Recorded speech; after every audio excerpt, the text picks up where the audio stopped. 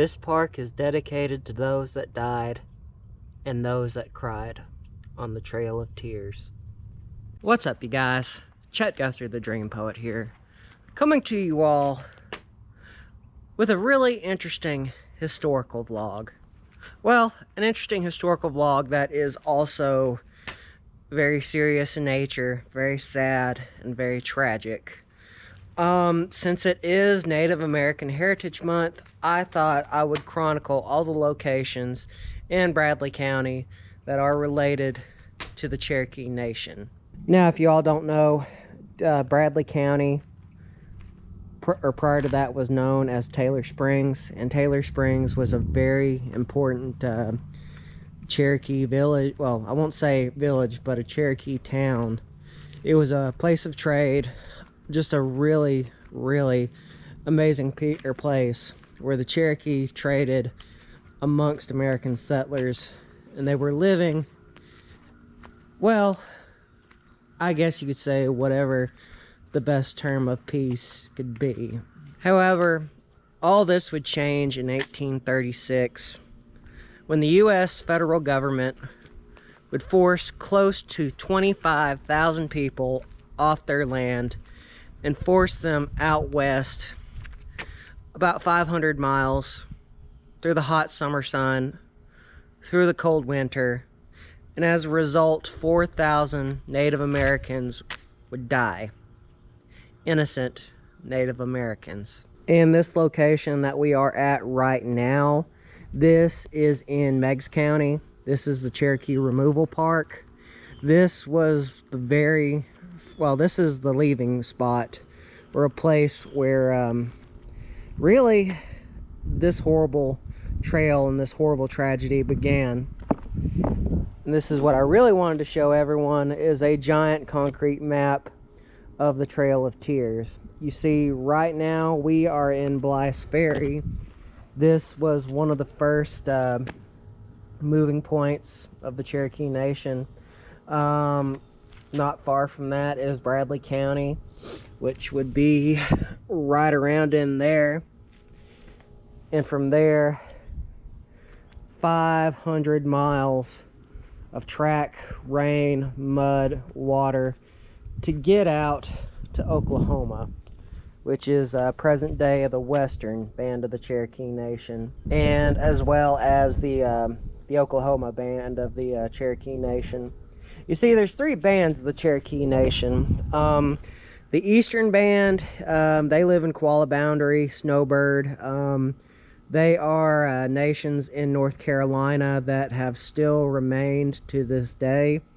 And out in Oklahoma, you have the Western Band, and you have the Oklahoma Band. Now, the Oklahoma Band, they left this part of the United States, the eastern United States, about 10 years prior to the Trail of Tears, just because they already had a feeling that they knew what was going to happen.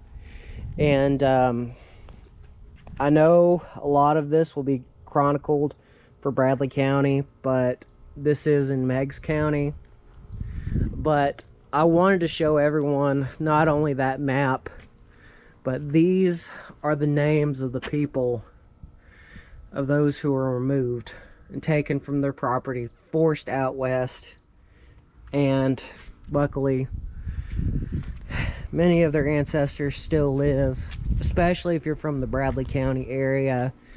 I mean, it's not uncommon for someone to say, my great-great-grandfather was Cherokee, or my great-great-grandmother was a member of the Cherokee Nation. And even some of them know what clan they came from.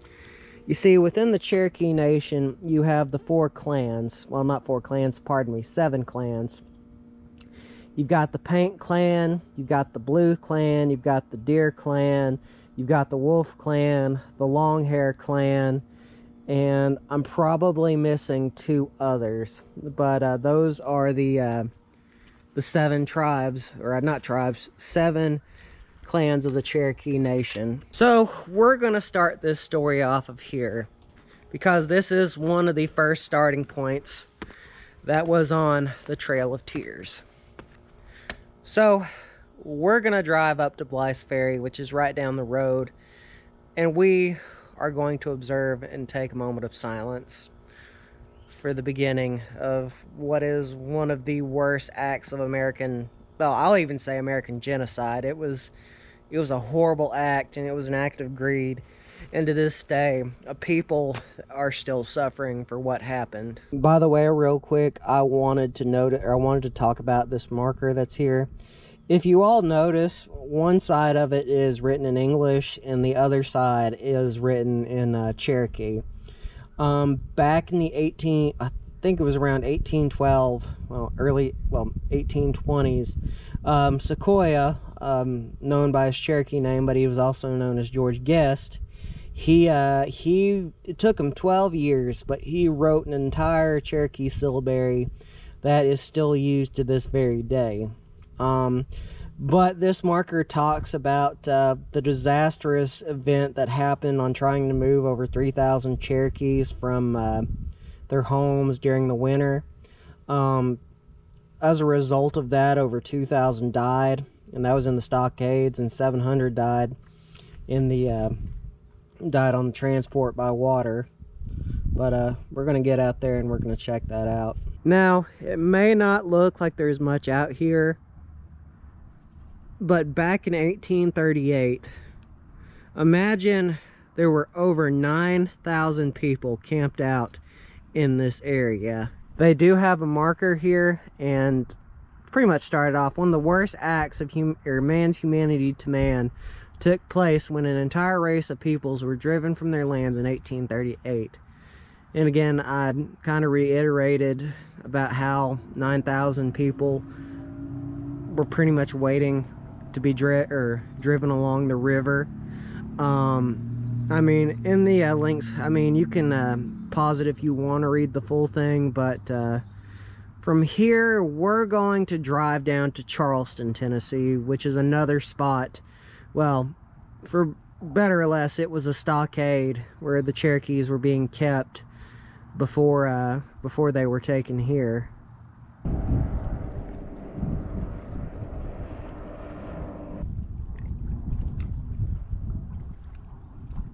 Real quick, I wanted to stop at this marker right here to a giant oak tree stump. It is known as the vulnerable oak tree, witnessed by young Sam Houston, who gained favor with Chief Jolly on the Hiwassee Island nearby. Witnessed the Indian removal and countless events that shaped Meigs County, the state of Tennessee, and points westward. So this giant vulnerable oak tree saw the Cherokee removal. Looks like this oak tree was rather large.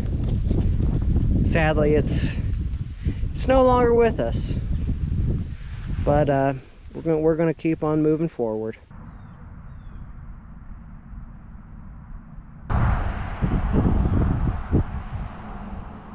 And here we are at the historic city of Charleston, where the site of Fort Cass stood.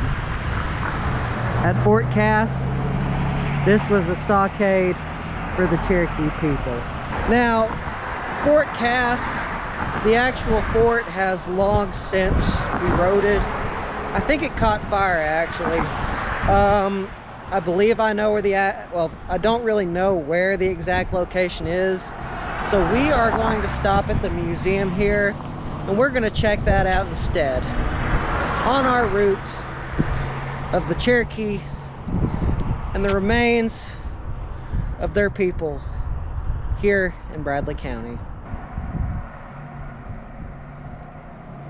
Here in this museum, we'll learn a little bit more about Fort Cass. Okay guys, we are in here now. Now, Fort Cass was about a 4-mile stretch of land. I think it was by 4 miles by 12 miles. But here at the museum, this is very interesting. It's a river boundary between two nations. And what it was is Calhoun, Tennessee, which is across the river from here, was all the United States.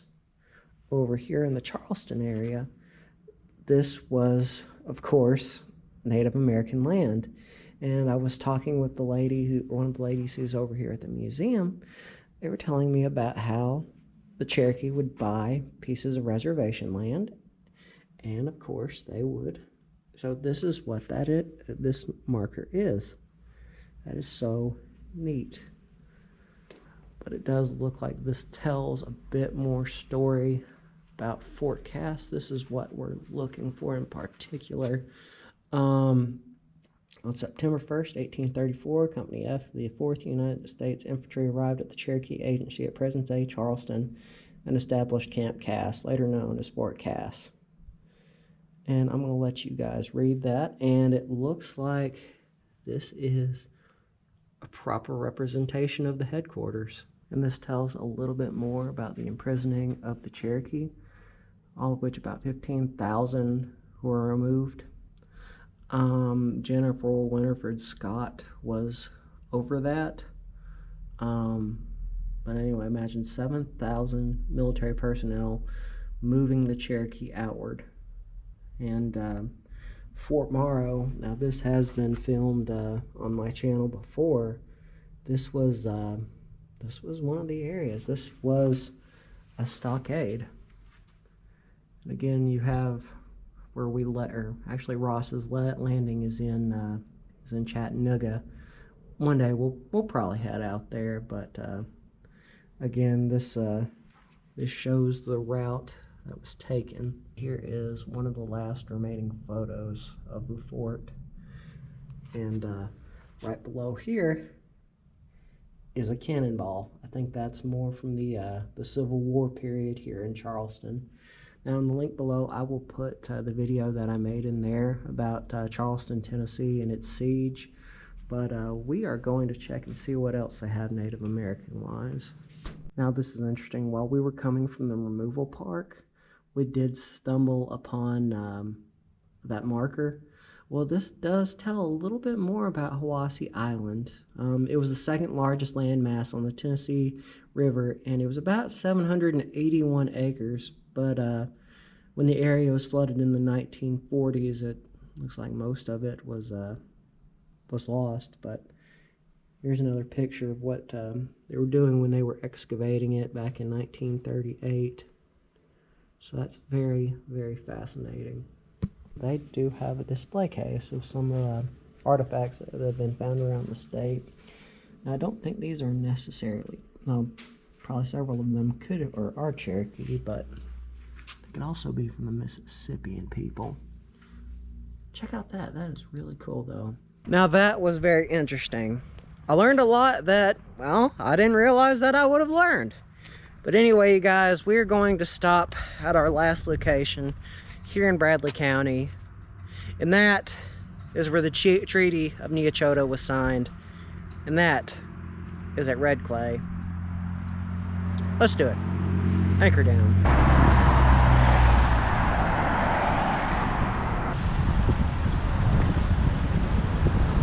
You know, I'd say this would probably be the last place that you'd see a Tennessee historical marker. But this Tennessee historical marker also plays into, of course, the Trail of Tears by none other than Chief Jack Walker. You see, Chief Jack, he was the grandson of Nancy Ward, and he was also and he was an early advocate in the removal out west. His murder in 1834 resulted in a very big trial in early Tennessee history. But while we were on our way to Red Clay, I just thought that we would stop here at this marker. By the way, his house once stood here.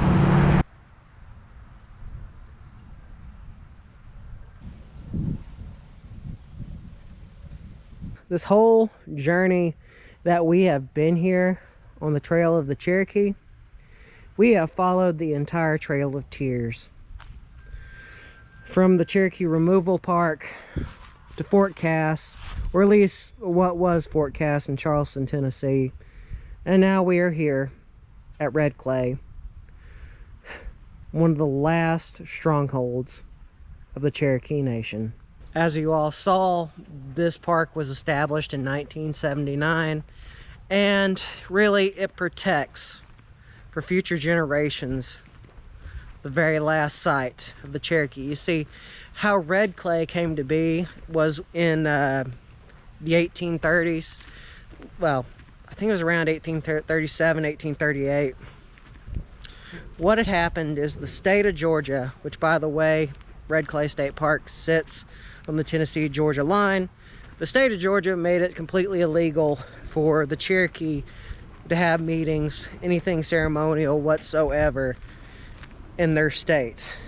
But there was a loophole. Red Clay was a meeting site, and this is where the Cherokee met, and eventually where the Treaty of Neochota would be signed, and this fateful journey would begin. Now, since we are here, we are mainly going to focus on this right here. Right now there is a festival going on. We may check out and see what's going on, but as for right now, let's check out the sleeping huts area. Now, this tells a little bit more about what Red Clay was, the Red Clay Council.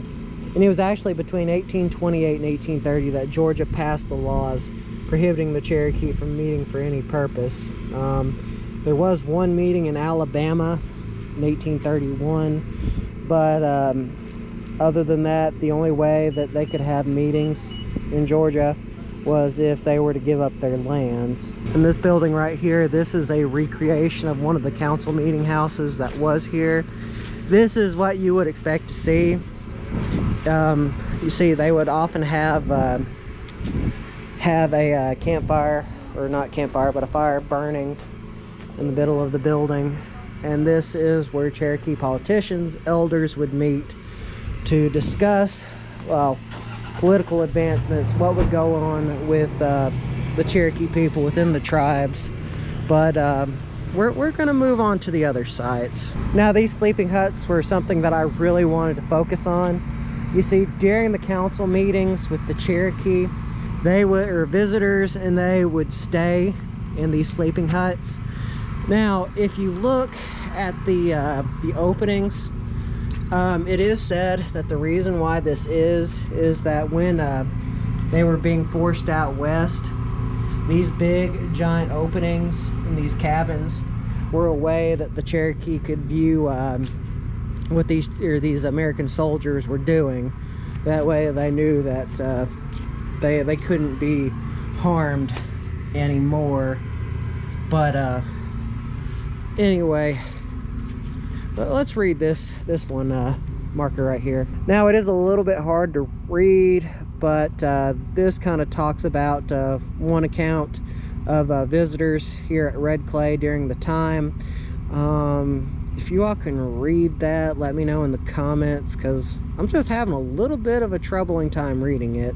This is a proper representation of what the average Cherokee farmhouse would look like during the 1830s. Now, it kind of varied greatly. You see, back before the colonization of European settlers, often the men from the Cherokee tribes, they would hunt and the women would farm. But as the tribes became more Americanized, the women went to sewing, as they saw from the European counterparts, while the men would often tend to the plows in the cornfields.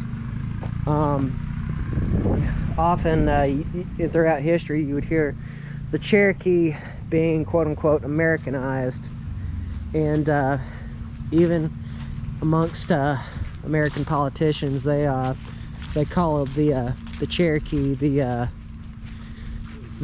Americanized savage. I believe that was. Even then, they were still kind of getting the short end of the stick.